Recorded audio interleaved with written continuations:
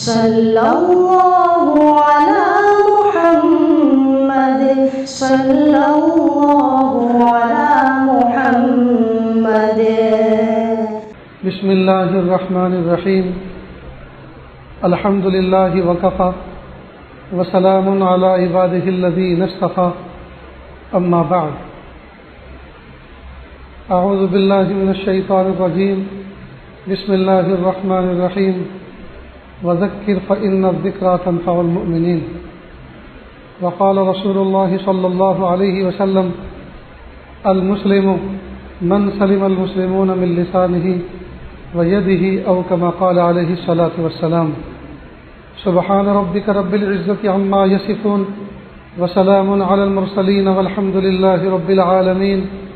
اللہم صل علی سیدنا محمد وعلی آل سیدنا محمد وبارک وسلم۔ اللہم صل علی سیدنا محمد وعلی آل سیدنا محمد وبارک وسلم۔ اللہم صل علی سیدنا محمد وعلی آل سیدنا محمد وبارک وسلم۔ اللہ رب العزت نے ہم تمام کو اپنی قدرت کاملہ سے پیدا فرمایا، اور اللہ تعالیٰ نے انبیاء کرام کا سلسلہ جاری فرما کر انسانوں کو اللہ تعالیٰ کے منشے کو سمجھنے کی توفیق عطا فرمائی۔ انبیاء کرام بندوں کو اللہ تعالیٰ کے احکام بیان فرماتے تھے، سمجھایا کرتے تھے، اور بندوں کو یہ بات بتلایا کرتے تھے کہ اللہ تعالیٰ کس چیز سے راضی ہوتے ہیں اور کس چیز سے ناراض ہوتے ہیں، کون سے کام کرنے کے ہیں اور کون سے کام بچنے کے ہیں۔ یہ انبیاء کرام کا سلسلہ چلتا رہا۔ سب سے پہلے نبی حضرت آدم علیہ الصلاۃ والسلام، اور سب سے آخری نبی محمد الرسول اللہ صلی اللہ علیہ وسلم تھے۔ اب نبوت کا سلسلہ بالکل ختم ہو گیا، اب کوئی نبی آنے والا نہیں ہے۔ البتہ نبیوں کی تعلیمات صبح قیامت تک چلتی رہیں گی، بالخصوص محبوب صلی اللہ علیہ وسلم کی تعلیم صبح قیامت تک چلتی رہے گی۔ ہمیں اس کو فالو کرنا ہے اور اسی پہ عمل کر کے ہماری نجات ممکن ہے۔ دیکھو، نبی کی جو تعلیمات ہیں وہ ہمیں دنیا میں بھی نفع عطا کرتی ہیں، اور آخرت میں تو ہے ہی کامیابی نبی کی بات مان کر چلنے پر۔ انسان کو نفع نقصان کی چیزیں حاصل کرنے کے لیے علم چاہیے، نفع حاصل کرنے کے لیے اور نقصان سے بچنے کے لیے علم چاہیے۔ اب کون سا علم انسان کو نفع پہنچاتا ہے، نقصان سے بچاتا ہے؟ تو ظاہری دنیا میں جن علوم سے فائدہ پہنچے، ظاہری دنیا میں زندگی گزارنے کے لیے جن علوم سے فائدہ پہنچے، اس کو ہم اپنی لینگویج میں یا اپنے معاشرے میں، محاورے میں دنیاوی علم کہتے ہیں یا عصری علم کہتے ہیں۔ عصری علم یا دنیاوی علم، اور جس علم کے ذریعے سے آخرت میں نجات ہو، جنت ملے، جہنم سے حفاظت ہو، اللہ کی رضا ملے، ناراضگی سے حفاظت ہو، اس علم کو علم نبوت کہتے ہیں، اس کو دینی علم بھی کہتے ہیں۔ کہ ہم لوگوں نے اس طرح سے تقسیم کر رکھی ہیں کہ ایک علم وہ ہے جو دنیاوی ہے، عصری ہے، اور ایک علم وہ ہے جو اخروی ہے۔ یہ ہماری پرائیویٹ لمیٹیڈ اپنی تقسیم ہے۔ حالانکہ دنیاوی علم کو بھی اگر کوئی آدمی حسن نیت کے ساتھ اللہ کا نام لے کر حاصل کرے تو وہ دنیاوی علم بھی دینی علم بن جاتا ہے اور آخرت میں نجات کا ذریعہ بنتا ہے۔ تاہم ذرا سمجھنے کے لیے ایک بات ہے کہ جو علوم دنیا کے اندر آدمی حاصل کرے اور دنیا ہی میں کام لگے، آخرت میں اس کا کوئی حصہ نہ ہو، وہ دنیاوی علم ہے۔ اور عام طور پر یہ پڑھائے جاتے ہیں آج کے دور میں کالج اور یونیورسٹیوں کے اندر۔ تو جو کالج اور یونیورسٹیوں کے اندر علم پڑھایا جاتا ہے وہ علم دنیا میں کام لگتا ہے۔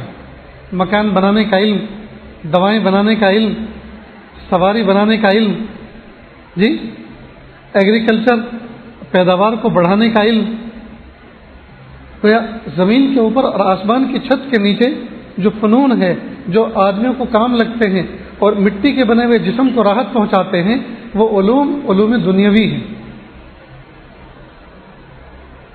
ٹھیک، اور جو علم انسان کو دنیا اور آخرت میں کامیابی دلائے، عزت دلائے اور ہمیشہ ہمیشہ کی زندگی میں فلاح کا ضامن ہو، وہ علم نبوت، علم اخروی ہے، علم دینی ہے۔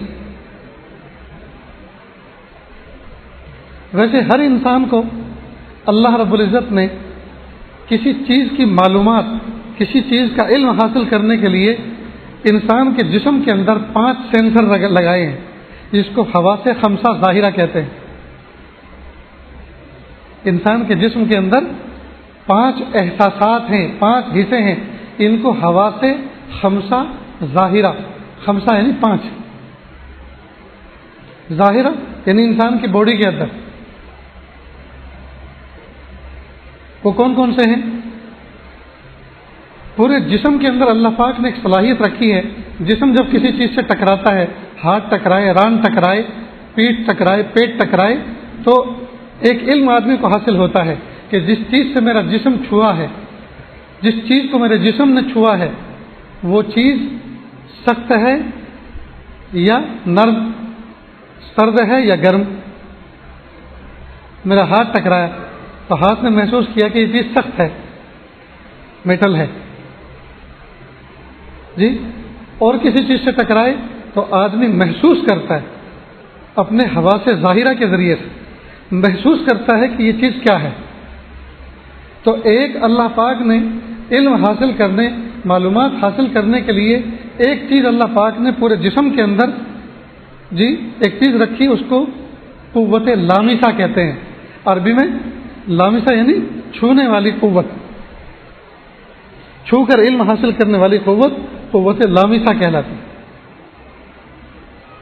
اس کے بعد ایک چیز ہے جو آدمی چکھ کر اس کے ذریعے سے علم حاصل کرتا ہے کہ چیز میٹھی ہے یا کڑوی ہے یا کھٹی ہے جی، میٹھی ہے تو آدمی اختیار کرتا ہے، کڑوی ہے تو اس سے بچتا ہے۔ تو آدمی کو نفع نقصان کا علم حاصل کرنے کا ایک ذریعہ اور ہے جسم کے اندر، اس کو قوت ذائقہ کہتے ہیں۔ 2 ہو گئے۔ ایک ہے قوت شامہ، سونگھ کر آدمی نفع نقصان کی چیز کا علم حاصل کرتا ہے۔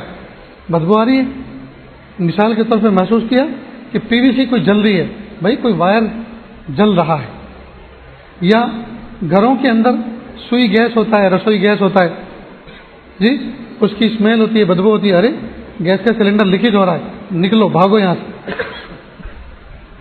تو سونگھ کر آدمی اپنے نفع نقصان کا علم حاصل کرتا ہے۔ یہ احساس اور یہ حس قوت شامہ کہلاتی ہے، ناک کے ذریعے سے یہ علم حاصل کرتا ہے۔ دیکھ کر علم حاصل کرتا ہے، اس کو قوت باصرہ کہتے ہیں۔ اس طرف دھواں اٹھ رہا ہے، آگ لگی ہے، پتہ چلا پیٹرول پمپ پہ آگ لگی، اللہ حفاظت فرمائے، بھائی آندھی طوفان آ رہی ہے، جلدی سیف ہو، یہ جو اناج وغیرہ سکھا رکھا ہے اس کو سمیٹو، یہ جو کپڑے پھیلے ان کو سمیٹو، اس لیے کہ ادھر سے بہت کالا بادل آ رہا ہے، ادھر سے آندھی اٹھ رہی ہے، اس کے بعد بارش آتی ہے۔ تو قوت باصرہ، دیکھ کر علم حاصل کیا۔ اور ایک ہے قوت سامعہ، سن کر علم حاصل کرے۔ آواز ہوئی، بھائی کیسی آواز، کیسی آواز، گولی چلی ہے، دھماکہ ہوا ہے، بم پھٹا ہے، پھر کوئی آدمی تھوڑی سی تحقیق کر کے، ارے پریشان مت ہو، چپ چاپ بیٹھو، چائے پیو، یہ تو ٹرک میں بھسٹ ہو گیا ہے، ٹرک کا ٹائر پھٹا ہے۔ کسی نے گولی کہا، کسی نے گولا کہا، اور تیسرے نے آ کے فائنل جواب دیا، جو معلومات حاصل کر کے آیا، سن کر آیا لوگوں سے کہ کوئی ٹرک جا رہا تھا، اس میں بھسٹ ہوا۔ تو یہ 5 چیزیں ہوئی، قوت لامسہ، قوت ذائقہ، قوت سامعہ اور قوت شامہ، قوت سامعہ اور قوت باصرہ، قوت سامعہ۔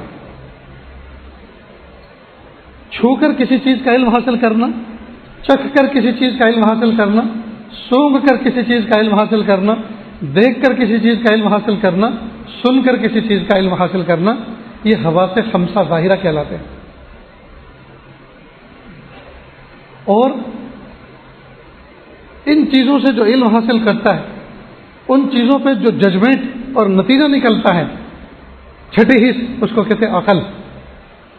عقل ان پر فیصلہ کرتی، چھٹی حص عقل۔ اور جہاں یہ چاروں پانچوں چیزیں اور چھ کی چھ چیزیں جواب دے جائیں، سمجھ میں نہیں آیا کیا کرنا ہے، وہاں انسان کی رہبری وحی کرتی ہے، علم وحی، اور وہ اتنا پاورفل علم ہے کہ اس میں کبھی مسٹیک نہیں ہو سکتی۔ آنکھیں مسٹیک کرتی ہیں، زبان میں مسٹیک ہوتی ہے، فیور ہو جائے، بخار ہو جائے، میٹھی چیز کڑوی لگنے لگتی ہے، فالج آ جائے تو ہاتھ کے احساسات ختم ہو جاتے ہیں، چمٹی دو پتہ نہیں چلتا، گرم فرش پہ پیر رکھو تو پتہ نہیں چلتا۔ تو قوت لامسہ جواب دے گئی، قوت ذائقہ جواب دے گئی، نزلہ ہوا، زکام ہوا جی تو قوت شام سونگنے کی صلاحیت جواب دے گی، نہ خوشبو آ رہی ہے نہ بدبو آ رہی ہے۔ آنکھوں میں نمبر آ گئے، بینائی کمزور ہو گئی تو آنے والی چیز کو نہیں سمجھ رہا، انسان ہے، گھوڑا ہے، گدھا ہے، تو کوئی چیز آ رہی ہے، جب پتہ چلا ہو یہ تو فلاں ہے، معلوم ہوا یہ قوت باصرہ بیمار ہو جاتی ہے۔ کان، کئی مرتبہ آنکھوں میں نمبر ہوتے ہیں، کئی مرتبہ بہت سے لوگوں کے کانوں میں نمبر ہوتے ہیں، کان میں بھی نمبر ہوتے ہیں، سنائی نہیں دیتا، سامنے والا کچھ بھی بولتا ہے کہ بھائی سنائی نہیں دے رہا، زور سے بولو، معلوم ہوا قوت سامیہ جواب دے رہی جی۔ کئی مرتبہ عقل کوئی غلط فیصلہ کرتی ہے، تو پھر یہ 5 کے 5 6 کے 6 علم حاصل کرنے کے جو ذرائع ہیں بودے اور کمزور ہیں، بودے اور کمزور ہیں، تو پھر مضبوط علم کے ذریعہ کیا ہے؟ وحی۔ مضبوط علم کے ذریعہ وحی ہے، وہ انسان کو نفع اور نقصان سمجھاتی ہے، کس چیز سے اللہ راضی ہوتے ہیں اور کس چیز سے اللہ ناراض ہوتے ہیں، کس چیز کو انسانوں کو اپنانا چاہیے، کن چیزوں کو چھوڑنا چاہیے، وہ علم وحی کے ذریعے سے حاصل ہوتا ہے۔ اور وہ علم وحی اتنا پاورفل اور اتنا پرفیکٹ ذریعہ ہے، آج تک اس میں کوئی شک نہیں ہوا۔ ذرا اچھی طرح سے ایکسپلین کریں، اس کو سمجھیں۔ سامنے ہمارے ایک سیب رکھا ہے، کسی نے لا کے ہمارے سامنے سیب رکھا اور کہا کہ سیب ہے، تو کانوں نے سنا کہ سیب ہے، آنکھوں نے دیکھا رنگ لال ہے،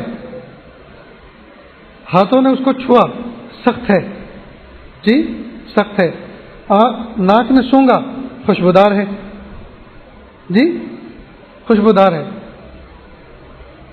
لیکن یہ حلال ہے یا حرام ہے، یہ فیصلہ نہ آنکھ کرے گی، نہ ناک کرے گی، نہ کان کرے گا، نہ عقل کرے گی، نہ زبان کرے گی، یہ فیصلہ وحی کرے گی کہ اس کو یہ حلال ہے جی۔ اللہ تعالیٰ نے ہمیں ثمرات پھل عطا فرمائے کھانے کے لیے، تو وہی کہہ رہی ہے کہ اس کو کھاؤ۔ تو حلال حرام کا علم کس سے ملا؟ نہ آنکھ سے ملا، نہ کان سے ملا، نہ ناک سے ملا، نہ زبان سے ملا، نہ ہاتھ سے چھو کر ملا، بلکہ وحی کے ذریعے سے ملا۔ اور وحی کس پر نازل ہوئی؟ میرے پر، آپ پر، ہمارے آباء و اجداد پر نہیں، وحی آئی انبیاء کرام پر۔ تو انبیاء کرام کا جو علم ہے وہ جو ہے اس میں نو ڈاؤٹ، نو شک، اس میں کوئی شک نہیں، اس میں کوئی شبہ نہیں، اس علم کو ہمیں حاصل کرنا چاہیے۔ اور وہ علم ملتا ہے مدارس عربیہ کے اندر، مساجد دینیہ کے اندر، مکاتب قرآنیہ کے اندر، اللہ والوں کی صحبت میں بیٹھ کر۔ اس علم کو ہم حاصل کریں، پھر وہ جو علم سنائیں گے، وہ جو علم ہمیں سکھائیں گے، وہ جو علم ہمیں بتائیں گے اور اس پر ہم چلیں گے، دنیا کے اندر رہتے ہوئے بھی ہم کامیاب ہوں گے، کبھی ٹھوکر نہیں کھائیں گے، اور اللہ تعالیٰ اس کی برکت سے آخرت میں بھی ہمیں نجات عطا فرمائیں گے، اور ابد الآباد ہمیشہ ہمیشہ کی زندگی اللہ پاک جنت میں ہمیں گزارنے کی توفیق عطا فرمائے۔ اتنی بات سمجھ گئے دوستو؟ میں نے آپ کے سامنے اللہ کے محبوب صلی اللہ علیہ وسلم کی حدیث مبارکہ کا ایک ٹکڑا پیش کیا، یعنی محبوب صلی اللہ علیہ وسلم کی حدیث کا ایک حصہ پیش کیا۔ محبوب کیا فرماتے ہیں اپنی حدیث مبارکہ میں؟ المسلم من سلم المسلمون من لسانہ ویدہ، او کما قال علیہ الصلوۃ والسلام، کامل مسلمان وہ ہے جس کی زبان اور ہاتھ کے شر سے دوسرا مسلمان محفوظ رہے۔ کامل مسلمان۔ ناقص تو ہم بہت ہیں، ہم سب کے سب ناقص ہیں، ادھورے ہیں، لیکن کامل کون ہے؟ محبوب صلی اللہ علیہ وسلم نے فرمایا کہ کامل وہ ہے جس کی زبان اور جس کے ہاتھ کے شر سے دوسرا مسلمان محفوظ رہے، یعنی زبان سے ہم کوئی ایسی بولی نہ بولیں جس کی وجہ سے سامنے والے کا دل زخمی ہو کر رہ جائے، اور ہاتھ سے ہم کوئی ایسی گولی نہ چلائیں جی جس سے سامنے والے کا جسم متاثر ہو، اس کو تکلیف اور ایذا ہو۔ یہ گولی تو میں نے ایسے ہی کہہ دیا، یعنی زبان سے ہم کوئی ایسی بولی نہ بولیں، گالی نہ دیں، چغلی نہ کریں، غیبت نہ کریں، تانے نہ دیں، اونچی آواز سے بات نہ کریں، سامنے والے کی انسلٹ نہ کریں، زبان سے کوئی حرکت ایسی نہ کریں سامنے والے کو تکلیف پہنچے، اور ہاتھ سے ہم کسی آدمی کو ایسی ایذا نہ پہنچائیں، مکہ نہ ماریں، کوہنی نہ ماریں، تماچا نہ ماریں، تھپڑ نہ ماریں جس سے سامنے والے کو تکلیف پہنچے۔ یہ محبوب صلی اللہ علیہ وسلم کی حدیث مبارکہ کا جز ہے جی، من لسانہ و یدہ، زبان اور ہاتھ کے شر سے دوسرا مومن، دوسرا مسلمان محفوظ رہے۔ اللہ کے محبوب صلی اللہ علیہ وسلم نے زبان اور ہاتھ کا تذکرہ فرمایا، اس کا مطلب یہی نہیں کہ کوئی آدمی زبان سے اور ہاتھ سے تکلیف پہنچائے تو وہ تو حرام ہے، لیکن اگر کوئی لات مار دے کسی کو تو وہ حرام نہیں ہے، یا کوئی کسی کو ایڑی مار دے پیچھے کو، آگے کو مارے یا پیچھے کو مارے، ریورس میں مارے جی، کک مارے تو یہ جائز، یہ جائز، اس لیے کہ اللہ کے نبی نے منع کیا ہاتھ سے نہیں مارنے کا، گالی نہیں دینے کا، لات مارنے کا کام کی وہ چلے گا، اس لیے کہ اس کا تذکرہ نہیں، یہ تو محبوب صلی اللہ علیہ وسلم نے عام بات فرمائی ہے کہ تکلیف پہنچانے کے یہ دو ذرائع عام ہیں، زبان سے گالی دینا، زبان سے غیبت کرنا، زبان سے تہمت لگانا، زبان سے اونچی آواز سے کسی سے بات کرنا، یہ تو عام ہے۔ اور ہاتھ آدمی اٹھا کے ہاتھ سے ہی کوئی مارتا ہے کوئی چیز، لیکن ہاتھ کے علاوہ بھی تو تکلیف پہنچتی ہے۔ ہمارے ایک ملنے والے دوست ہیں زامبیا افریقہ کے اندر، پڑوسی ملک کے رہنے والے، اعجاز خان ان کا نام ہے، ایاز خان، پٹھان ہے، ماشاء اللہ بہت خوش مزاج، کچھ نہ کچھ ایسی بات کہتے رہتے ہیں جس سے ہنسی آتی ہے۔ ایک مرتبہ ہم رمضان کے اعتکاف کے لیے گئے تو ان کے ہاتھ میں پلاسٹر تھا اور سیفٹی بیلٹ ان کے اس میں گلے میں پڑی ہوئی تھی، ہاتھ محفوظ رہے۔ ہم نے کہا ایاز خان اب مزہ آئے گا، آپ ہمارا کچھ نہیں بگاڑ سکتے، اس لیے کہ ہم آپ کے شر سے محفوظ ہیں، آپ اس میں کچھ ہاتھ چلا ہی نہیں سکتے، آپ کا ہاتھ تو ٹوٹا ہوا ہے۔ انہوں نے کہا میرا پیر بھی چلتا ہے۔ آپ سوچ رہے ہو کہ صرف میرا ہاتھ ہی چلتا ہے، میرا پیر بھی چلتا ہے۔ میں نے کہا بات 100% صحیح، تکلیف پہنچانے کے ذریعے صرف ہاتھ ہی تھوڑی ہے، لیکن چونکہ عام محبوب صلی اللہ علیہ وسلم نے عام گفتگو کی کہ عام طور پر ذریعہ تکلیف پہنچانے کا انسان کا وجود ہاتھ بنتا ہے خاص طور سے، لیکن زبان اور ہاتھ کہہ کر سارے تکلیف کے ذرائع اس کے اندر اللہ کے محبوب صلی اللہ علیہ وسلم نے سمو دیے۔ تو دوستو، ہم یہ سمجھتے ہیں کہ ہاتھ سے تماچا مارنا یہی تکلیف ہے، گھوسا مارنا یہی تکلیف ہے، پنچ مارنا یہی تکلیف ہے، کوہنی مارنا یہی تکلیف ہے۔ نہیں، تکلیف اور بھی ہیں۔ سنیں اور دل کے کانے سے سنیں کہ ہم دوسرے مومنوں کو کن کن ذریعے سے تکلیف پہنچا سکتے ہیں اور پہنچا رہے ہیں، اور ہم اس کو تکلیف ہی نہیں سمجھتے۔ مثال کے طور پر مسجد میں ہم آئے اور ہم نے چپل اس طرح سے نکالی کہ دوسروں کو تکلیف پہنچ رہی ہے، یا دوسرے لوگوں نے آ کر جو باؤنڈری بنی ہوئی ہے، حدود بنی ہوئی ہے مسجد کے حرم کی، وہاں لا کر اینڈ میں چپل نکال دی، آپ آئے اور دوسروں کی چپل کو دائیں اور بائیں دھکیلا، بلکہ آپ نے ان کو پھینک دیا اور اپنی چپل آ کر اچھی سی جگہ میں آپ نے سیٹ کی، تو کیا مطلب؟ آپ کی چپل قیمتی ہے۔ جن لوگوں نے پہلے سے آ کر چپل لگائی ہوئی ہے وہ حقیر و فقیر ہیں، وہ ذلیل قسم کے لوگ ہیں، ان کی چپل قیمتی نہیں ہے۔ تو یہ اخلاق اور ادب کے خلاف ہے، اور جب وہ چپل پہننے والے اپنی چپل کو الٹا ہوا، پلٹا ہوا اور بکھرا ہوا دیکھیں گے تو ان کو تکلیف ہوگی، یہ بھی حرام ہے۔ لیکن ہم میں سے کتنے ہیں جو چپلوں کو ادھر ادھر پھیلا دینے اور پھینک دینے کو جو ہے نہ گناہ سمجھتے ہیں اور نہ تکلیف کا ذریعہ سمجھتے ہیں۔ اب یہ بارش کا موسم چل رہا ہے، بہت سے لوگ آ کر سیف سائڈ احتیاط سے اپنی چپل کنارے نکالتے ہیں، دوسرے جناب آتے ہیں وہ چپلوں کے اوپر چپل رکھتے ہیں اور دوسروں کی چپل پہ پیر رکھتے ہوئے جاتے ہیں۔ کیا آپ کے تلوے، آپ کی چپل کا نچلا حصہ وہ اتنا مشک جی اور زعفران کے اوپر رکھا ہوا ہے کہ آپ سب کو خوشبودار کرتے جا رہے ہیں؟ کیا اس میں گندگی لگنے کا امکان نہیں ہے؟ کیا اس پہ گوبر لگا، پاخانہ لگا ہوا امکان نہیں ہے کہ آپ چل کر آئے تھے، کتے نے گندگی کر رکھی تھی، آپ کے چپل پیر اس پہ پڑے اور وہی چپل آپ نے دوسروں کی چپلوں پر اور جوتوں پہ نکال دی؟ اب آپ کا تلوار اور ان کے اوپر کا جوتے یا چپل کا حصہ خراب ہوا کہ نہیں؟ لیکن اس کو ہم تکلیف نہیں سمجھتے، بلکہ میں تو کہا کرتا ہوں دوسرے کی چپلوں پر پیر رکھتے ہوئے بھی احتیاط کرو، کیا پتا وہ کوئی اللہ کا ولی ہو جس کی چپل رکھی ہوئی ہے اور آپ اللہ کے ولی کی جوتی کے اوپر اپنی جوتیوں سے اس کو رونتے ہوئے جا رہے ہیں۔ احتیاط کرنی چاہیے، کیا پتا ہمارے سگے بھائی کی چپل ہے، والد صاحب کی چپل ہے، تو ہم بے ادبی کا شکار ہو رہے ہیں نا، کسی کی بھی ہو چپل کے اوپر چپل لے کر کیوں چلیں؟ تو یہ بھی ایذاء مسلم میں داخل۔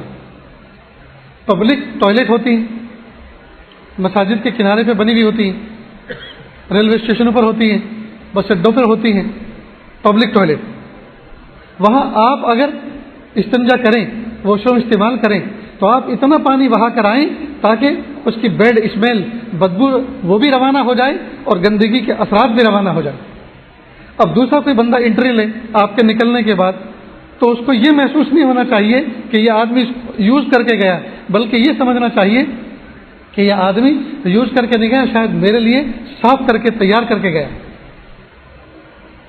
جب عام پبلک پیلیس پر واش روم اس قسم کی چیزوں کو استعمال کرنے میں اتنی احتیاط کرنی چاہیے، تو جو ہمارے خاص ٹوائلٹ ہیں گھر کے پرائیویٹ، جن میں ہمارے بچے، بیوی، ماں، باپ جن کو استعمال کرتے ہیں، تو ان کو تو ہمیں اور زیادہ صاف رکھنا چاہیے۔ لیکن آپ دیکھیے پبلک پیلیس میں جو toilet, bath room, wash room بنے ہوئے ہیں، ایک شریف النفس آدمی ان کو استعمال کرتے ہوئے جھجکتا ہے۔ اس لیے میرا خود یہ معمول ہے، سفر میں کم سے کم کھانے کی کوشش کرتا ہوں، اس لیے کہ بھوک لگے گی تو برداشت کر لیں گے، زیادہ کھانے کے بعد اگر واش روم جانے کی ضرورت پیش آئی اور معقول جگہ نہ ملی تو کیا کریں گے؟ تو مسلمان کو تکلیف پہنچانا صرف ہاتھ اور پیر سے ہی نہیں، بلکہ اپنے کسی عمل سے بھی آدمی اس طرح تکلیف پہنچا سکتا ہے۔ مثال کے طور پر ٹوائلٹ ہم نے واش روم استعمال کیا اور اس میں نجاست اور گندگی چھوڑ کے چلے آئے، پیچھے پلٹ کے بھی نہیں دیکھا اور ہم نے اپنے کیے ہوئے پہ پانی بھی نہیں بہایا، تو آنے والے کو کتنا برا فیل ہوگا، کتنا برا محسوس ہوگا۔ جب اس کو تکلیف ہوگی تو یہ ایذاء مسلم میں داخل ہے، یہ بھی حرام ہے۔ شہروں کے اندر لوگ فلیٹ سسٹم مکانوں میں رہتے ہیں، اب رات کا 12 بجے 1 بجے کوئی پارٹی کر رہے ہیں، قیمہ کوٹا جا رہا ہے، ہڈی توڑی جا رہی ہے، اور نیچے والوں کو اس آواز کی وجہ سے ان کی نیند میں ڈسٹرب ہو رہا ہے، خلل ہو رہا ہے، کیونکہ یہ سب کے سب انسانوں کے آرام کا وقت ہے۔ آپ کو یہ سب کام کرنا تھا تو اس کی کوٹنے پیٹنے کی چیز جاگنے کا جو وقت ہوتا ہے اس میں کر کے رکھنا چاہیے۔ اب آپ لوگوں کے سونے کے وقت میں یہ کھٹ پٹ کر رہے ہیں، اس کی وجہ سے ایذاء مسلم ہو رہی ہے، ایک مومن کو تکلیف پہنچ رہی ہے، لہذا یہ تکلیف پہنچانا حرام ہے۔ لیکن فلیٹ سسٹم میں رہنے والے کئی مرتبہ اپنے اوپر نیچے کی پڑوسیوں کی وجہ سے، ان کی تکلیف کی وجہ سے وہ بیچارے فلیٹ خالی کر کے چلے جاتے ہیں، اور اچھا خاصا فلیٹ، بڑا کشادہ ہوادار، اس کو چھوڑ کر وہ کسی جگہ تنگ فلیٹ میں رہنے پہ مجبور ہوتے ہیں، اس لیے کہ یہاں کی تکلیف سے عاجز آ چکے تھے۔ لیکن افسوس کی بات ہے کہ ہم اس کو تکلیف پہنچانے کا ذریعہ نہیں سمجھتے۔ اسی طرح تکلیف پہنچانا یہ بھی ہے کہ ہم اپنی گاڑی کو پارک کریں اور اس طرح سے کریں کہ دوسروں کی گاڑی ساری کی ساری بلاک ہو جائیں، نکل ہی نہ سکے۔ ہمارے ایک دوست ریاست تلنگانہ کے، بن لادن ایک کمپنی ہے مکہ مکرمہ مدینہ طیبہ میں جو کنسٹرکشن کا کام کر، بلکہ پورے سعودی میں خاص طور سے حرمین شریفین کے جو کنسٹرکشن کے کام ہوتے ہیں یہ کمپنی انجام دیتی ہے، اس میں ایک سول انجینئر تھے وہ۔ تو انہوں نے کہا کہ حضرت آج کل کام بند ہے، سائڈیں بند ہیں، تو اگر آپ کو عمرے کے لیے جانا ہے تو میں آپ کی خدمت کرنے کے لیے تیار ہوں، ساتھ لے کے جاؤں گا۔ بہت اچھا، وہ کار لے کر چلے، مکہ مکرمہ میں ایک برج کے نیچے سیف سائڈ دیکھ کر انہوں نے پارک کر دی، اور ایسی جگہ پارک کی کہ کسی کو وہاں ڈسٹرب نہیں تھا۔ پھر بھی انہوں نے ایک بڑی سی پلیٹ کے اوپر اپنا سیل فون نمبر لکھ رکھا تھا، اس کو وہ پیچھے گلاس کے پیچھے لگا کر گئے اندر گاڑی میں، تاکہ کسی آدمی کو اگر گاڑی ہٹانی پڑے یا ہٹوانی پڑے یا کوئی شرطی پولیس والا اس گاڑی کے بارے میں کوئی تحقیق کرنا چاہے تو وہ فون پہ رابطہ کر سکے۔ کتنی اچھی بات ہے۔ لیکن ہم لوگوں کا حال یہ ہے کہ کئی مرتبہ گاڑی ایسی جگہ پارک کر کے چلے جاتے ہیں، نہ ایمبولینس جا سکتی ہے، نہ ایمرجنسی میں کوئی گاڑی پاس ہو سکتی ہے، پار ہو سکتی ہے، بڑی مشکل. تو یہ بھی ایذاء مسلم میں داخل ہے. اسی طرح ایذاء مسلم میں ایک بات یہ بھی ہے کہ ہم اچانک کسی کے گھر پہ مہمان بنے، ہم یہ سوچیں کہ وہ سامنے والا خوش ہوگا. ارے آپ دن کے 12 بجے پہنچے ہیں، یہ 12 بجے کا وقت تو وہ ہے جس میں دوپہر کا کھانا گھروں کے اندر تیار ہو کے سرو بھی ہو چکا ہوتا ہے، کئی مرتبہ کھا پی کے فارغ بھی ہو چکے ہوتے ہیں. اب جب آپ 12 بجے پہنچے ہیں اور یہ وقت کھانے کا ہے، لیکن کھانا تو پہلے سے مقدار کے مطابق بن چکا، کچھ لوگوں نے وہ کھا پی کے اس کو ختم کر دیا، کچھ باقی ہے وہ بھی کھا لیں گے. اب 4 آدمی 5 آدمی آپ لوگ آئے، بتائیے اتنا کھانا تو گھر میں نہیں ہے، اب دشواری ہوگی کہ نہیں ہوگی؟ آپ سمجھ رہے ہیں ہم اپنے دوست کے یہاں، رشتہ دار کے یہاں گئے، وہ بڑے خوش ہوں گے، وہ ظاہر میں چاہے مسکرا دیں، حقیقت میں ان کا دل پریشان ہوگا. کیا کریں ان کے لیے؟ اب ہر آدمی اپنے گھر میں دال روٹی کھا لیتا ہے، چٹنی روٹی کھا لیتا ہے، باقی سالن گرم تازہ چاول بنا کے اس پہ سالن ڈال کے کھا لیتا ہے، لیکن جب مہمان آتے ہیں اس کے لیے الگ سے کچھ ماسوا کرنا پڑتا ہے. اب یہ فکروں میں آپ نے ڈال دیا اور بے وقت ڈالا. اگر آپ 9 بجے آ جاتے، اب 12 بجے کے لیے کھانا تو بننا ہی تھا، پوچھ لیا جاتا بھائی کیا نظام ہے، اور آپ بتا دیتے کہ نظام یہ ہے کہ 2 بجے تک ٹھہریں گے، تو اس کا مطلب یہ کہ کھانا پکا ہے ان کا یہاں. تو بغیر کسی پلان کے کسی کے یہاں پہنچ جانا اور اس کو انتظام کی زحمت میں ڈالنا، یہ بھی ایذاء مسلم میں داخل ہے اور یہ بھی حرام ہے. آج کے دور میں جب کہ سیل فون ہماری جیب میں موجود ہیں، 1 سیکنڈ میں رابطہ قائم ہوتا ہے، اور پھر بھی ہم کسی سے رابطہ کر کے اس کو اطلاع نہ دیں، تو یہ اچھی بات نہیں ہے، یہ بہت ہی بھونڈا پن ہے اور یہ ایذاء مسلم میں داخل ہے. بلکہ یہ عاجز کہا کرتا ہے، اپنے زیر تربیت لوگوں کو یہ بتاتا ہے کہ آپ کسی کے پاس بھی جائیں تو پہلی فرصت میں ملاقات میں آپ پورا پلان ان کو 2-4 جملوں میں بیان کر دیں. اگر وہ آپ کو نہیں جانتا، یہ پہلی ملاقات ہے، السلام علیکم، میرا نام صلاح الدین سیفی ہے، میں ترکیسر ضلع سورت میں ایک گاؤں ہے گجرات کے اندر، وہاں رہتا ہوں، وہاں دین کا کام کرتا ہوں، آنے کا مقصد صرف آپ کی زیارت و ملاقات ہے، صرف 15 منٹ بیٹھنے کے لیے آیا ہوں، اس کے بعد چلا جاؤں گا. کھانے کا نظام میرا کسی اور جگہ ہے، وہاں دعوت ہے، کیونکہ اس بستی میں آیا ہوا تھا، آپ کے تذکرے سنے تھے، لہذا آپ کے پاس ملنے کے لیے آیا ہوں. بتائیے، ہر چیز سے بالکل فارغ کر دیا نا، کوئی سوال کرنے کی گنجائش ہی نہیں باقی. آنے والے کا نام یہ ہے، اس کا کام یہ ہے، اس کا تعارف یہ ہے، یہ رہتا فلاں جگہ ہے، آنے کا مقصد میری ملاقات ہے، اور وہ بھی صرف 15 منٹ لے کر آیا ہے، اور کھانے کا انتظام کسی اور جگہ ہے. اب اس بندے کو تو صرف پانی پلانا ہے نا، یا کولڈ ڈرنک تیار شدہ وہی پلانی ہے نا، یہ زیادہ سے زیادہ 1 پیالی چائے پلانی ہے، کوئی تکلیف تو نہیں ہے. تو ذہن فارغ ہو گیا. اب ہم سے پوچھو کیسے حالات سے ہم گزرتے ہیں. آئے بڑے خوش ہو کر، حضرت آپ سے ملنا ہے، بہت دنوں سے چاہ رہے تھے آپ سے ملنا ہے.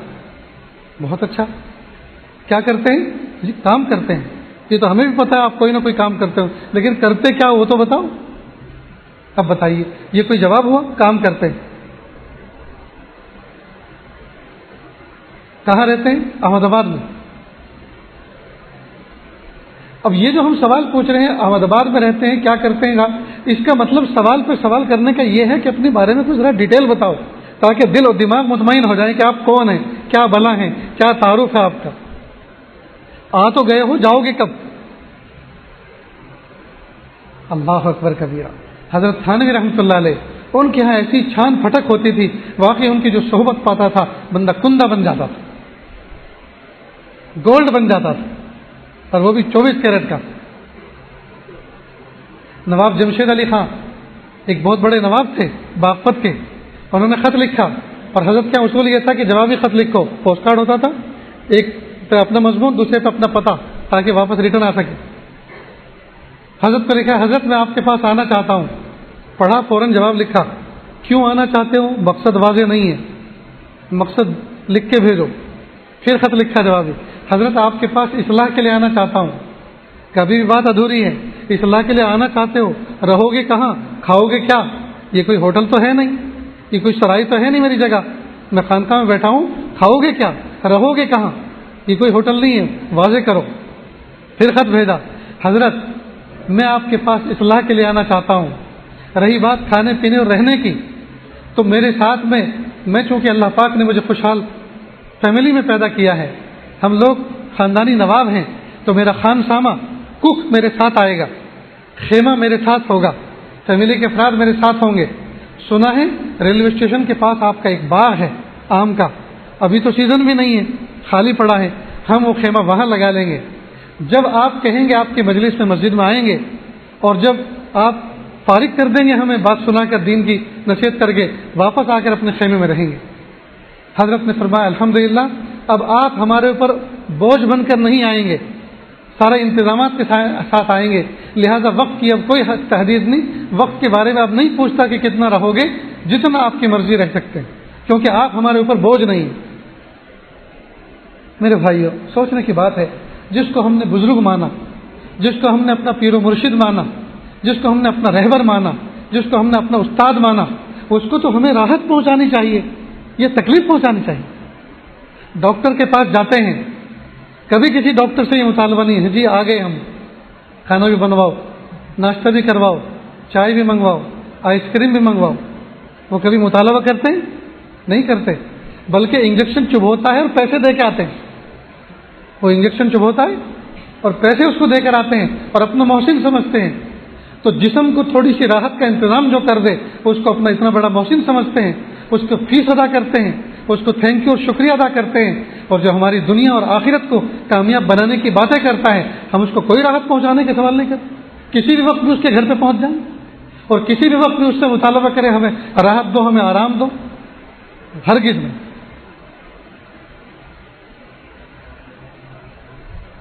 اب جب کوئی آدمی آیا، بے وقت آیا، کھانے کے وقت آیا، اب مثال کے طور پر جو پیر و مرشد ہیں، جو استاد ہے، وہ کسی دیہات میں رہتا، نہ وہاں کوئی ہوٹل ہے، نہ کھانے کا وقت ہے، دیہاتی لوگ 11 سے 12 کے درمیان دوپہر کو کھا لیتے ہیں، شہری لوگ 3-4 بجے کھاتے ہیں۔ اب یہ اپنے شہری اعتبار سے گئے، وہ کھا کے فارغ ہو چکی، اب کہہ رہا حضرت میں آپ سے ملنا چاہتا آیا۔ ارے ملنا تو چاہتا تو دماغ تو گھوم گیا، اب پہلے کھانے کا انتظام کیسے کریں؟ اب کیا خاک اندر سے نور نکلے گا؟ میرے ایک استاد تھے مکتب، جنہوں نے مجھے الف با پڑھایا، لائسنس کی بندوق رکھا کرتے تھے، شوقین تھے سیلف ڈیفینس کے طور پر۔ ہماری بستی میں ان کی 250 روپے تنخواہ تھی اس زمانے میں جب ہم ان کے شاگرد تھے، اور یہ حضرت تھانوی رحمۃ اللہ علیہ کے زمانے کے شاگردوں میں سے تھے۔ ایک مرتبہ اپنے گاؤں جا رہے تھے ایک شہر سے، اور وہاں جانے کے لیے پرٹیکولر کوئی سادھن، کوئی ذریعہ نہیں ہوا کرتا تھا، ڈی ایم ٹوئٹا چلتا تھا، خاص طور سے وہ دودھ کی کین جو ادھر سے ادھر لے جاتے ہیں، دیہاتی لوگ شہر پہنچاتے ہیں۔ تو ریٹرن ہو رہا تھا شہر سے، ہاتھ دیا، اس نے لفٹ دے دی، بٹھا لیا، تھوڑی دور چلنے کے بعد کہا لاؤ جی پیسے۔ ان کے ساتھ ایک خادم بھی تھے، اس کا بھی کرایہ اپنا بھی کرایہ دے دیا۔ اب جب ان کا مقام آیا کہا وہ ڈرائیور صاحب روکو ادھر، ہمیں اترنا ہے۔ اس نے بریک لیے، جب اترنے لگے تو کہا حضرت دعا کرنا۔ کہا بے وقوف کیسی دعا چاہیے؟ دعا تو یہاں سے نکلتی ہے، وہ دروازہ تو نے بند کر دیا، تو نے بھرپور کرایہ لیا، اب دعا کہاں سے نکلے گی؟ دعا کے لیے تو دل خوش کرنا پڑتا ہے، جب تو نے دل خوش نہیں کیا اور دل پہ تالے ڈال دیے، کم از کم اتنا سوچتا کہ بھئی کوئی عالم نظر آ رہا ہے، کوئی قاری نظر آ رہا ہے، کوئی امام نظر آ رہا ہے، کوئی بزرگ نظر آ رہا ہے جی، اور تو خود بھی مومن ہے، تو اتنی رعایت نہیں کر سکا کہ ہم سے کرایہ نہ لیتا؟ پھر ہمارے دل سے دعا نکلتی، تجھے کہنے کی بھی ضرورت نہیں تھی۔ دعا دینے والے دل کے اوپر تو نے تالے لگا دیے، اب کہاں سے دعا؟ اور یہی اسی طرح کا مضمون حضرت حاجی امداد اللہ مہاجر مکی رحمۃ اللہ علیہ کا ہے۔ کسی نے کہا حضرت دعا کرنا، کہا ہاں دعا کرتا ہوں، پوری امت کے لیے کرتا ہوں اور کرتا رہوں گا۔ کہ حضرت خصوصی دعا کرنا، کہ بھائی خصوصی دعا کے لیے تو پیسے لگتے ہیں، صاف کہا خصوصی دعا کے لیے تو پیسے لگتے ہیں، کچھ خرچ کرو، کچھ ہدیہ پیش کرو تو دل خوش ہوگا، پھر دل سے دعا نکلے گی۔ اب آپ یہاں یہ نہ سمجھیں کہ میں آپ کی تشکیل کر رہا ہوں کہ آپ مجھے بھی کبھی دعا کے لیے کہو گے تو مجھے بھی کوئی لفافہ دے، نہیں، یہ اصل میں امت کا مزاج میں سمجھا رہا ہوں۔ امت کا مزاج ایسے بنے، حضرت خصوصی دعا کرنا، ہاسپٹلوں میں 1-1 لاکھ روپے دے دیتا ہے، اور جن سے خصوصی دعا کے لیے کہہ رہے ہیں ان کو 1000 روپے ہدیہ دینے کے لیے تیار ہے۔ ہم نے دیکھ ان حالات میں، یہ جو پینڈیمک حالات چل رہے ہیں، 6-6 7-7 دن لوگ اپولو میں رہے اور بڑے بڑے ہاسپٹلوں میں رہے، اور 6 دن کا 14 لاکھ کا بل پے کر کے آئے، لیکن کاش کے 1 لاکھ 1.5 لاکھ جھوپڑ پٹیوں میں تقسیم کر دیتا، غریبوں میں بیواؤں میں تقسیم کر دیتا، علماء صلحاء میں تقسیم کر دیتا، مساجد مدارس میں دے دیتا، جی اللہ تعالیٰ شاید اسی پہ کفارہ کر دیتے۔ لیکن یہ سب کرنے والے یہ مالدار نہیں ہیں. یہ 6 دن میں 14 لاکھ بل پے کرنے والے یہ مالدار نہیں ہیں، یہ سب چوکیدار ہیں. مالدار تو وہ ہوتا ہے جو اللہ کا دیا ہوا مال، اللہ کا دیا ہوا مال اللہ کے راستوں میں خرچ کرتا ہے، اللہ کے تقاضوں پہ خرچ کرتا ہے. جی وہ ہے مالدار. اور یہ جو دبا کے رکھتا ہے، سنبھال کے رکھتا ہے، یہ تو چوکیدار ہے. کس کے لیے چوکی کر رہے ہیں؟ ڈاکٹروں کے لیے، ان کے لیے سنبھال کے رکھا، ان کو دینا ہے، بل پے کرنا ہے بھاری بھاری. پولیس والوں کے لیے، وکیلوں کے لیے، اور دونوں قسم کے لوگوں کے لیے، ہفتہ وصول کرنے والوں کے لیے، ان کے لیے مال سنبھال کے رکھتا ہے. تو یہ تو کیا ہوا کہ مالدار نہیں ہوا، چوکیدار ہوا. اللہ ہمیں چوکیدار نہ بنائے، اللہ ہمیں مالدار بنائے. اللہ ہمیں مالدار. مدارس بند، دینی کام کرنے کے ادارے بند، اور بیچارے صبح صبح پہننے والے چھپ کے دب کے بیٹھے ہوئے ہیں. کیوں؟ اس لیے کہ جو منبر پر بیٹھ کے کہتے ہیں اللہ سے مانگو، اللہ ضرورتیں پوری کرتے ہیں، آج وہ خود ضرورت مند ہیں، تو سوچ رہے ہیں کہ اگر مخلوق سے کہیں گے اچھا مولانا آپ تو ہمیں نصیحت کرتے تھے اللہ سے مانگو، آج تو ہم سے مانگنا ہے، آج تو ہم سے مانگنا ہے. مدرسے کی تنخواہ بند ہے، ان کے پاس آمدنی نہیں. انہوں نے کہا دیں گے ضرور لیکن ابھی ہمارے پاس کچھ نہیں. تو ظاہر بات ہے کہ خرچے تو ہیں نا، آپ ہمیں پر قرض دیں. ارے مولانا آپ ہمارے پاس قرض مانگنا ہے، تم تو کہتے اللہ دیتے ہیں. اللہ کہتے ہیں اللہ تعالیٰ نے کرتے ہوئی تو بنائی نا دینے کی. لیکن عام طور پر آج کے مالداروں کا ذہن کیا بنا ہے کہ مولانا یہ کوئی پیسے جو یہ تو کچی کے جیسے نکلتا ہے، یہ مسلح کو 2 رکعت پڑھتے ہیں، نئے نئے نوٹ نکال لیتے ہیں. لا حول ولا قوت. اللہ کے محبوب صلی اللہ علیہ وسلم کی نبوت ملنے کے بعد 40 سال پہلے کپڑے کی تجارت کرتے تھے، بکریاں چلاتے تھے. نبوت ملنے کے بعد اللہ کے محبوب صلی اللہ علیہ وسلم نے ایک پیسہ نہیں کمایا. سوال یہ پیدا ہوتا ہے کہ اب پھر خرچ کیسے چلتے؟ شاہی خرچتے محبوب کے، یہ قافلہ آ رہا ہے، یہ آ رہا ہے، یہ آ رہا ہے. تو میرے محبوب صلی اللہ علیہ وسلم کنگال نہیں تھے، نعوذ باللہ. مال تھا لیکن مال جمع کر کے رکھتے تھے، امت کا خرچ کر. ابھی تو 300 اونٹ جمع کیے تھے، 100 اونٹ حج کے موقع پہ 100 اونٹ جمع کیے تھے. ہے کوئی مالدار 100 اونٹ جمع کرنے والا؟ شہر احمد آباد کے لوگوں اگر کوئی ہو تو اللہ کے لیے کرنا مت. میرے محبوب صلی اللہ علیہ وسلم کے فگر کو محفوظ رہنے دینا، ہرگز ہرگز اس کو اوور مت کرنا، آگے مت بڑھنا. بس تو کون بڑھتا ہے؟ میں نے تو بڑے بڑے مالداروں کو وہاں دیکھا ہے. کوئی تو جی قربانی کے پیسے دیا جی کتنے، کوئی فلاں 150 ریال لے رہا ہے. ہمارا بھی دیتے نا، اس لیے کہ جس سے پوچھتے ہیں 200 ریال بولتا ہے. بڑے بڑے مالدار سستا ڈھونڈتے ہیں وہاں.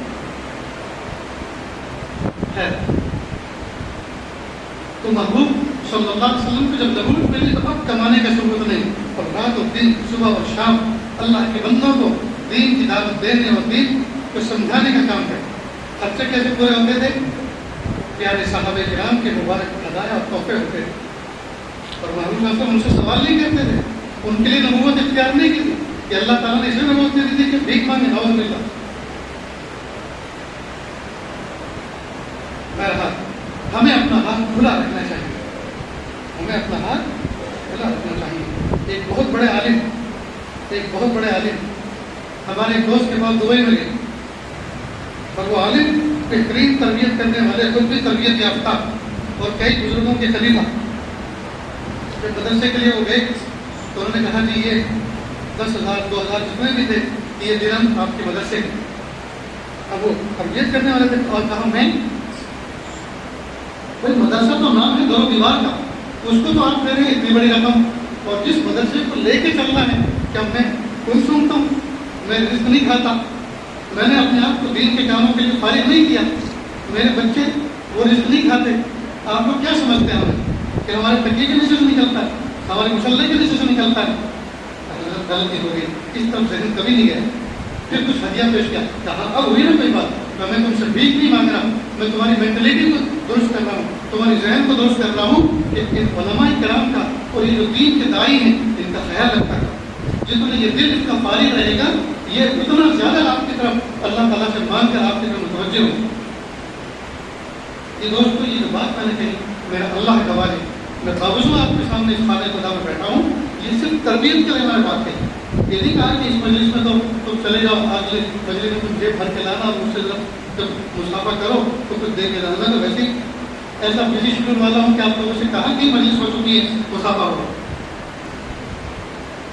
دوستوں، ہم دین کو سمجھیں، دین کے تقاضوں کو سمجھیں، دین کا علم حاصل کریں، دین کا علم حاصل کریں اور اس پر عمل کریں اور شاندار مزیدار زندگی گزار کے اس دنیا سے کوچ کر جائیں.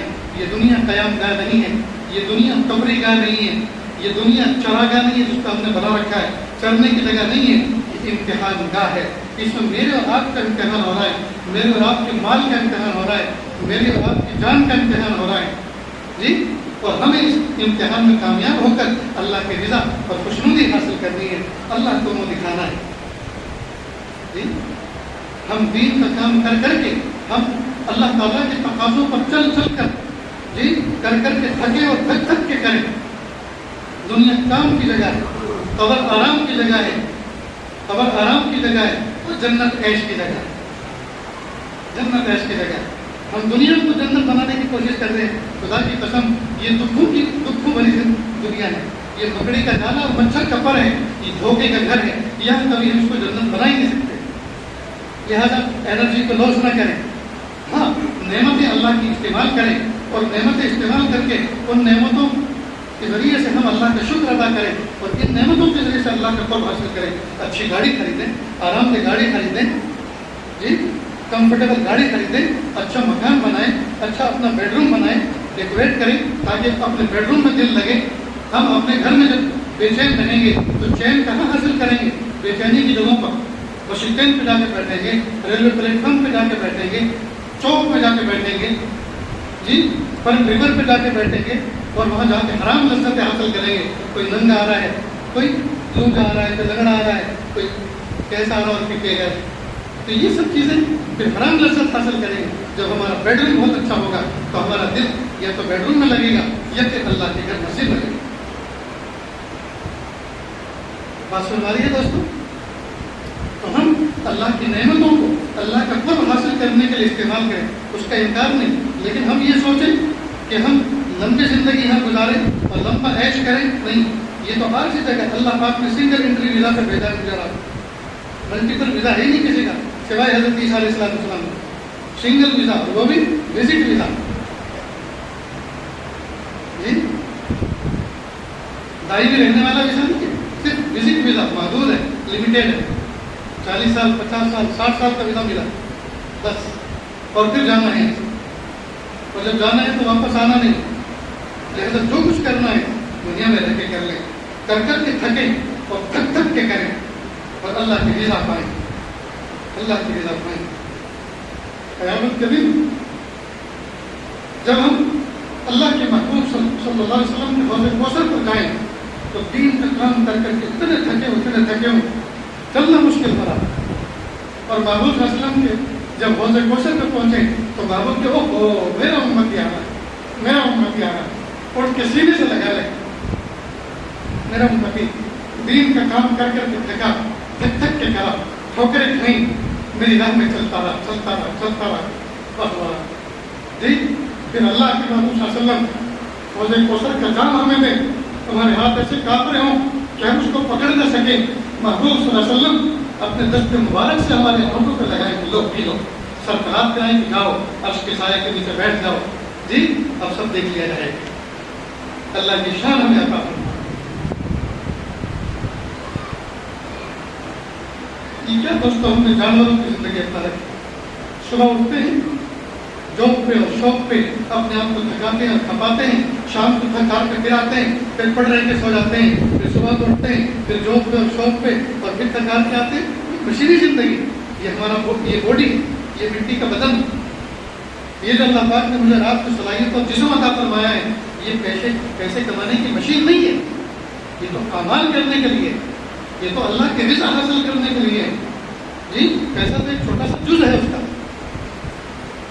لیکن ہم نے 24 گھنٹے اسی پر انرجی لگا رکھی. پیسہ ہو چاہے جیسا ہو، پیسہ کیسے آئے، پیسہ کیسے آئے، بس پیسہ ہو چاہے جیسا ہو، حلال ہو یا حرام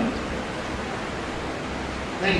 ہم قرآن پاک پڑھیں محبتوں کے ساتھ، سینے سے لگائیں، اس کو دیکھیں، میرے پیارے رب کا کلام ہے، اس کو چومیں، اس کو سر پہ رکھیں، یہ میرے رب کا دستور ہے، یہ میرے رب کا قانون ہے، اس کو سینے سے لگائیں، میرے رب کی عظیم کتاب ہے، یہ میرے لیے راہ ہدایت ہے، اس میں عظمتوں کے ساتھ اس کو سینے سے لگا کے رکھیں اور گھٹ گھٹ کے روئیں، اللہ سے دعائیں کریں کہ اللہ اس قرآن پاک کو ہم نے چھوڑ دیا، اس قرآن پاک کو حالانکہ اس کے اختیار کرنے میں، اس کے پڑھنے میں اور اس کے بتائے ہوئے راستے پر چلنے میں دنیا اور آخرت پر کامیابی ہے، اس کو سینے سے لگائیں، محبتوں کے ساتھ پڑھیں، محبتوں کے ساتھ درود شریف پڑھیں، ذکر و اذکار کریں، خدمت خلق میں حصہ لیں، ماں باپ کو راحت پہنچائیں، بیوی بچوں کو راحت پہنچائیں۔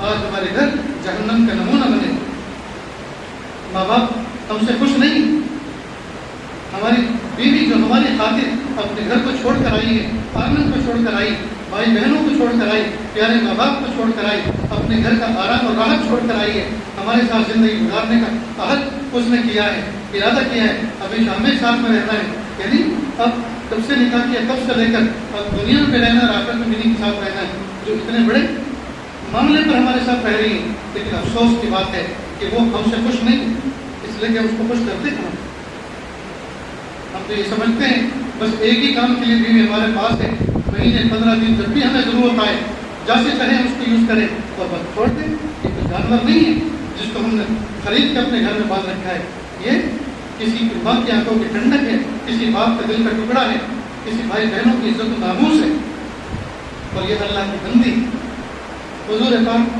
صلی اللہ علیہ وسلم کی امتی ہے، ہم اس کے ساتھ اس طرح کا برتاؤ کریں کہ اس کا دل خوش ہو۔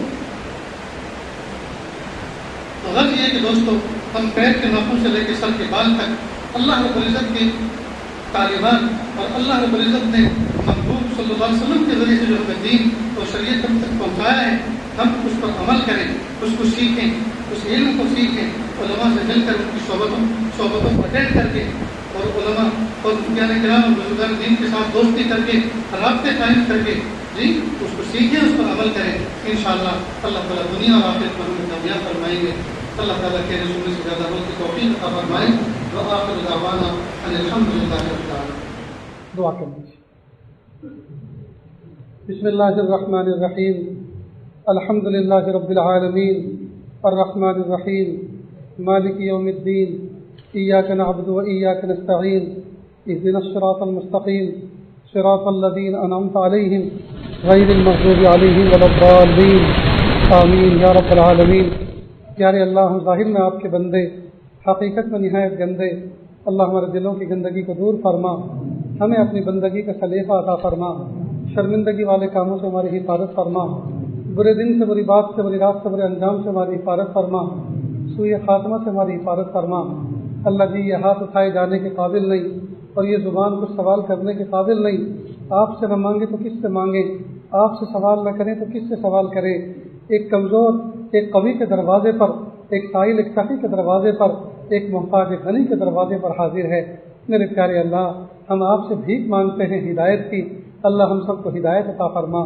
کہ اللہ ہم آپ سے بھیک مانگتے ہیں آپ کی محبت کی، کہ اللہ ہم محبت عطا فرما۔ میرے پیارے اللہ، اس محفل میں جتنے دکھیارے، جتنے غم کے بارے ہیں، اللہ سب کے دلی جائز نیک تمناؤں کو پورا فرما، سب کی تکلیفوں کو دور فرما۔ میرے پیارے اللہ، جس بچے بچی کا نکاح اس محفل میں منعقد ہوا، کہ اللہ اس نکاح کو بابرکت بنا دیجیے، کہ اللہ اس نکاح کو اٹوٹ بنا دیجیے، کہ اللہ اس نکاح کو نیک نسل انسانی کی افزائش کا ذریعہ بنا دیجیے، کہ اللہ میاں بیوی میں سچی ازدواجی زندگی کی محبت ان کو عطا فرما دیجیے، میاں بیوی میں الفت پیدا فرما دیجیے۔ کہ اللہ کتنے نوجوان بچے بچیاں ایسے ہیں جن کا نکاح ہوئے زمانہ گزر چکا، لیکن آج تک دونوں میں میاں بیوی جیسی سچی محبت پیدا نہ ہو سکی، کہ اللہ ان میں الفت پیدا فرما۔ کتنے ایسے ہیں جن کا نکاح ہوئے زمانہ گزر چکا، گود اولاد سے خالی ہے، کہ اللہ نیک سال اولاد عطا فرما، بیٹے بھی عطا فرما اور بیٹی بھی عطا فرما۔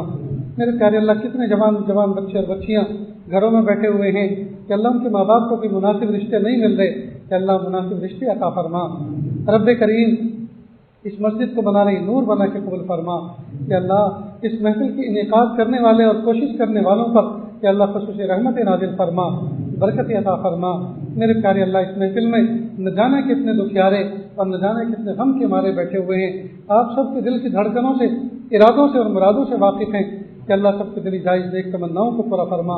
اللہ جی، جو اس وقت حالات ہے پوری دنیا کے اور جو وبا پھیلی ہوئی ہے، میرے پیارے اللہ رحم کا معاملہ فرما، شفا کامل عطا فرما۔ یا اللہ اگر یہ بیماری، یا اللہ کوئی بیماری ہے تو رب کریم اس کے خالق بھی تو آپ ہی ہیں، لیکن میرے پیارے اللہ اس میں کوئی شک نہیں یہ سب ہمارے گناہوں کا نتیجہ ہے۔ یا اللہ آپ ہمیں اس بیماری کی آڑ میں یا اللہ تکلیف دے کر آپ ہماری تکلیف کو کفارہ بنانا چاہتے ہیں ہماری پاکیزگی کے لیے۔ یا اللہ اس تکلیف کی آڑ میں آپ ہمیں دھونا چاہتے ہیں، معاف کرنا چاہتے ہیں۔ اللہ جی ہم آپ سے بھیک مانگتے ہیں، ہم ناپے تولے جانے کے قابل نہیں ہیں کہ اللہ اس بیماری کو دفع دور کر دیجئے اور اپنے فضل سے ہمیں یوں ہی معاف کر دیجئے، اپنے فضل سے ہمیں آپ یوں ہی معاف کر دیجئے۔